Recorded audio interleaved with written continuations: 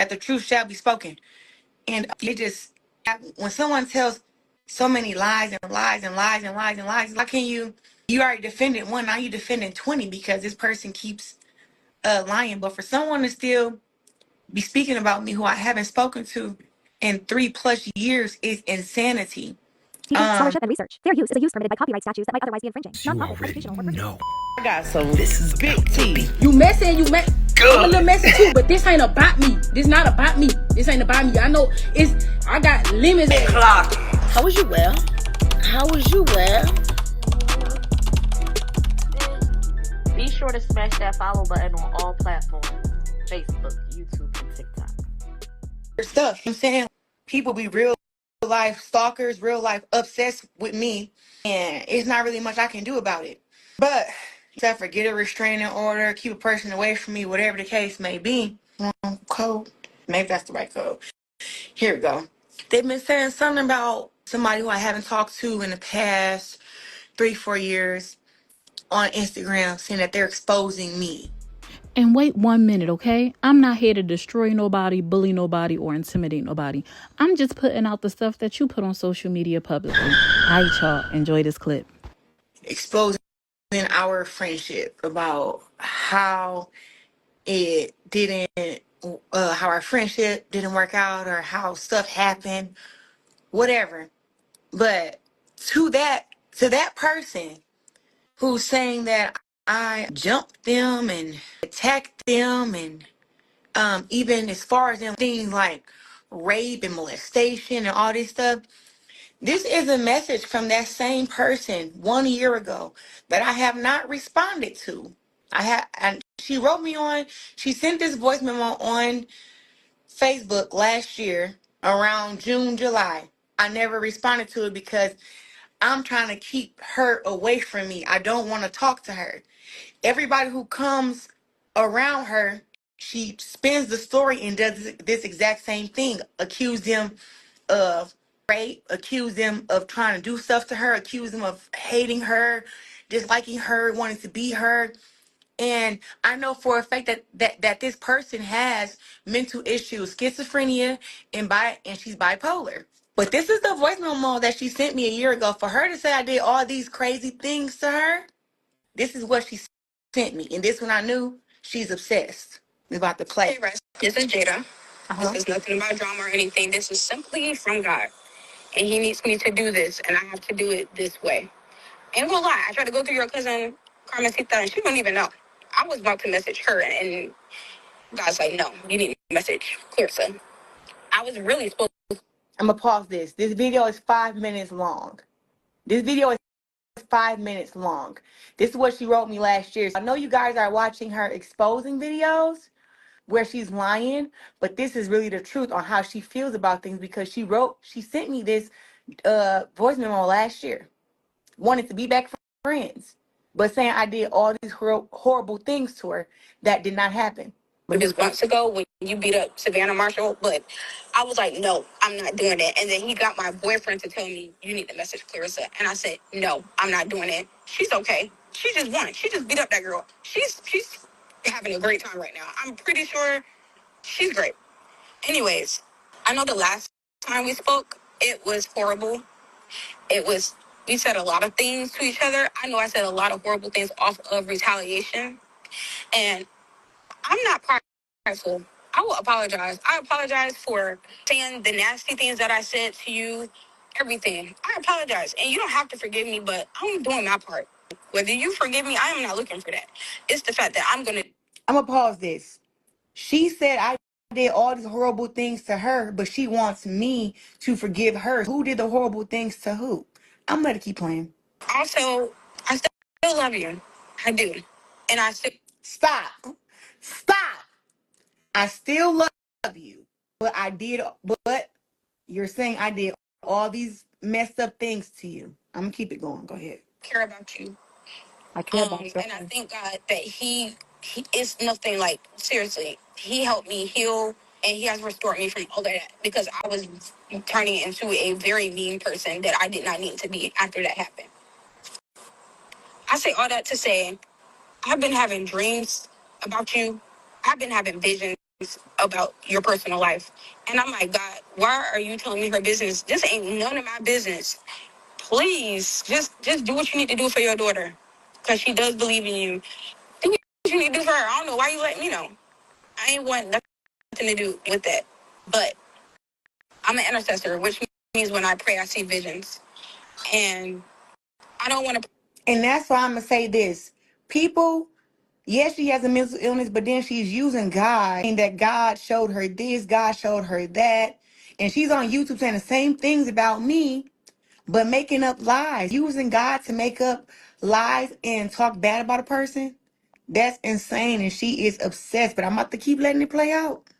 Along this, but I just want to let you know I don't follow you, of course. I don't look on your page or anything like that. But I feel the need to say you are not alone. And things that you had to do what was best for you. Don't let nobody make you feel guilty for doing what's best for you. You are in elevation. You keep elevating. God is going to keep elevating you. Don't forget him though. You are not somebody's, it's just time for you to do stuff for yourself now. Like I said, I don't know what's going on in your personal life. I'm going to pause that one more time. I was going through a breakup with Tony. We had broke up for 3 months. That's why she felt the need that she can come in, slip her way in, and see that maybe I needed a friend or I needed somebody to talk to. So she thought she could maybe get a response because I haven't spoken to her in 3+ years. I'm busy with mine. So I ain't got time to worry about nobody else. I don't even have Instagram no more. I literally just made a new one today. I'm not even on Facebook like that. I be up there sometimes, then I hop off. I don't look on your page or anything like that. But I just want to let you know, Russ, that I love you and I still care about you. And God obviously do too, because he be placing visions and dreams. And I wrote these dreams down about you. And you're not alone. You're not alone. Don't forget about God because you're going to keep elevating. This is not even, this is nothing in what you're in right now. You're going to keep getting elevated. Get into your secret place. You need to get into the presence of God. You need to soak all that up so he can elevate you even more. Like I said, this is nothing. Like I said, I don't know what you have done to better yourself, but I'm proud of you. And I've always been like that towards you. I never wanted nothing from you, Russ. I've always wanted the best for you. I wanted the best man for you. I wanted you. You're going to be married. You're going to be married. It's not meant for you to be alone. You have that desire to be married. You're going to be a wife. It's time to do the work spiritually. Get into the presence of God. You're waking up in the middle of the night. Talk to him because he's trying to get your attention. And if you Pause. Pause. Real quick. She says she doesn't follow me online. She says she doesn't know what's going on in my life, but she sits there and says I'm waking up at 2 or 3 o'clock in the morning. She knows that because I post that on my stories. I post that on Facebook when I wake up middle of the night. That's how she knows that. That's why she's saying this, but saying that God sent her these visions. But I'm going to keep on going. kudos to you. I'm glad you're doing that. But Russ, like I said, it's like this message is already 4 minutes long. I just wanted to let you know that I love you and I do care about you. I'm so proud of you. I'm so glad that you beat up that girl. Seriously, thank you. Like I said, when we watched you, my boyfriend had a fight party at his house. And But there's the same person on YouTube saying that I raped her, saying that I touched her, saying that I jumped her, saying that I put my hands on her. This the same person, but she sent me this a year ago. I didn't even respond to the girl, but I saved it. I saved it because now she's on YouTube making all these videos, lying on my name. I already have my lawyers and everything on it, but it's just the point of people who you do. This girl lived with me for 4 months. I trained her in boxing. I fed her. I never made her pay rent in my house. I was loving to her like a little sister. Me and Tony like a little sister. And she's doing all this on YouTube for what? For what? It doesn't make sense. But she's saying she still loves me. She still cares about me. She sees vision. She's praying for me. Her and her men have fight parties for me. But you, God told me you need to contact her. In my head, I said, nah, I ain't doing that. Then my boyfriend looks at me, you need to message her. And I said, no, I don't. Mind your business. Because I know God had told him. And God, I repent. I'm repenting now that I was being disobedient. But I really hope that you're okay. I really do. And keep doing what's best for you, Russ. You work hard for what you have. And I love you. I love you so much. I really do. I love you. I really do. As a sister, I love you. That's all I'm gonna say. Like I said, you ain't gotta forgive me. I don't care. That's all. To have a good one. I said that to say that's why I'm not about to address no crazy mess of stuff that I know that I have not done. You know what I'm saying? And that's someone who I was nothing but kind to, nothing but loving to. And this whole thing came up. She writes me at, first of all, she followed me on Facebook, and I'm very active on my social media. On Facebook 4 years ago, she's writing me. She became my friend. She was going to go to a camp with O'Shea Jones, an all-girl camp. She goes there, and we've been in contact about 2 or 3 months now. Just going back and forth. Hey, good morning, girl. How you doing? Just support. Oh, I'm watching you. I was ready to fight against Tori Nelson. She was supporting whatever the case may be. But she calls me one night when she's at the thing, when she's at the camp. She's in Ohio. She texts me 1 o'clock, 2 o'clock in the morning, like, hey, can you please come pick me up? I think I'm about to get raped. This is what she texts me. I'm like, oh shit. She sends her address, and it's 6 o'clock in the morning, but she sent her location at 2 o'clock. I wake up at 6 and I see it. I jumps in my car, me and my ex. This is me and the guy before Tony. We drive an hour and a half to go and get her. We get her, she at the Red Roof Inn. I pick her up. She's in a car. She's hysterical. She's crying. I'm like, what you want to do? You want to call the police? You want to go to the airport? You want to go home? Like, what do you want to do? She's like, I just need to get away from here. I don't know what to do. I'm so confused. I'm like, do you want to go confront the guys? What do you want to go do? She's like, no, she just want to get out of Ohio. She wants to get away from here. Whatever. We drive back. We drive back to my home in Flint. I talked to her mother. I talked to her dad. Mind, she's like 22, 23 now. I talked to her mom, talked to her dad. They're like, oh, thank you for going to go get her. Thank you for keeping our baby safe. Thank you so much. And I'm like, okay, so she's calling Safe Sport with USA Boxing. She said that these 2 coaches tried to rape her and saying that they're running a sex cult, all this stuff. She wants me to get behind her and talk to the people. And I'm like, well, you told me that you weren't raped. You said you thought you were about to be raped. She said, yes, but you're telling them that you're raped. You have to be honest and tell the truth. That's what happened. And so when I spoke to Say Sport, I just told them what I knew, and that was that I went to Ohio to pick her up because she texted my phone and said that she was about to get raped. I felt bad and sorry and wanted to protect another young woman in boxing. I went down there to pick her up. That's all I know.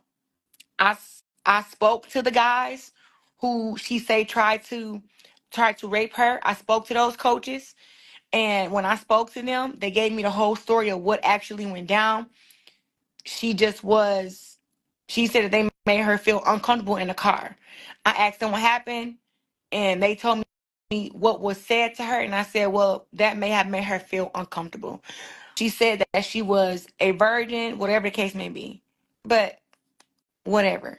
She's down there flirting with all these girls' boyfriends, and she's down there getting into it with everybody. She's about to try to fight O'Shea, and O'Shea was getting ready for the Olympics, I believe. Whole bunch of hoopla.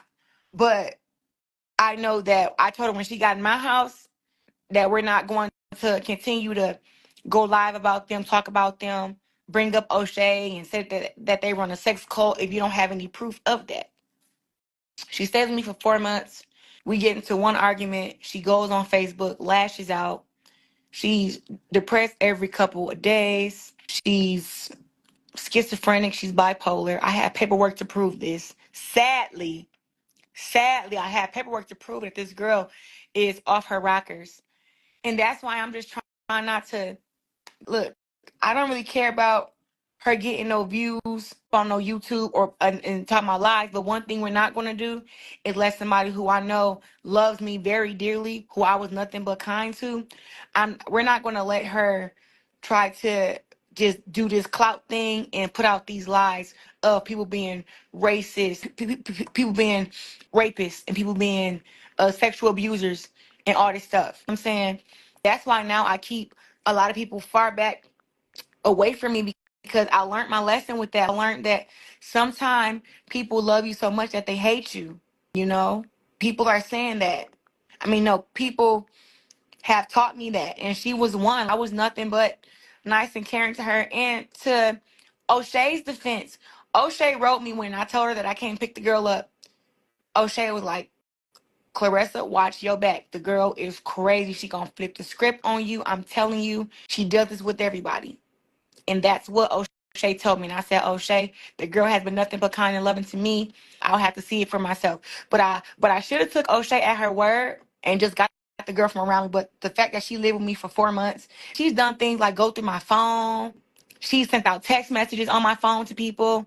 She started writing everybody in my family, all of my friends, saying that she's in a room having a panic attack. She's scared of me. And I'm in the next room and I go over there and knock on the door.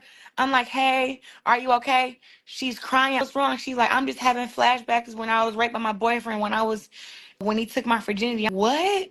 I'm in there praying with her, feeling bad for her, feeling sorry for her, making her come to church with me, everything. Because I'm not knowing that she has a mental problem at first until when she flipped the script off of one argument. That's when I knew. I said, oh, shit. Talked to her dad. Then her dad started telling me. And then I got paperwork. That showed. And everybody keep telling me to get a restraining order. I am as soon as I get back home because I already know that she's a little bit off her rockers. You know what I'm saying? And I want to be protected up on my end. But I don't feel the need to even have to defend these things, but since I have to, because I just can't let nobody lie on my name like that.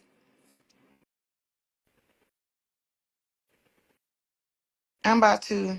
I got these pictures in my phone that was sent to me, that her therapist sent to him, that he sent to me when he seen what she was doing, what she's done to other people. And she said, but basically it's her first boyfriend she lost her virginity to. Supposedly he raped her. Anybody she's had sexual encounters with, or if you flirt with her, you molested her. If you're loving and kind to her, you were plotting to do something to her. And I'm telling y'all, this was 4 years ago. She lived with me for 4 months. And after that, I have not spoken to this girl since. She called my phone a couple times after we had our disagreement. She's texting my phone, like we were going back and forth with my phone, but she texted my phone talking about my dead grandmother, called my mom dumb, calling my nieces and nephews stupid kids, talk about my family, everything. And that's why I had to really cut her off. And I did really care about her as a friend, but she really needs to go and get help, and she needs to go and repent. And it's going to be my only time speaking on that. But I know that nobody's going to just. And then she's saying that everybody has done things to her. Every single person. It's just crazy.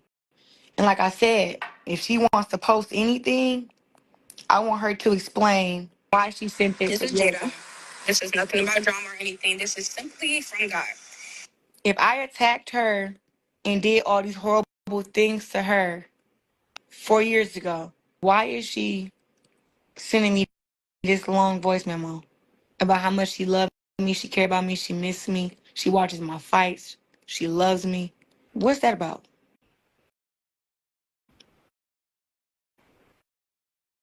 And that's all I got to say about that. If y'all know who I'm talking about, don't even worry about it. We ain't getting her no more views.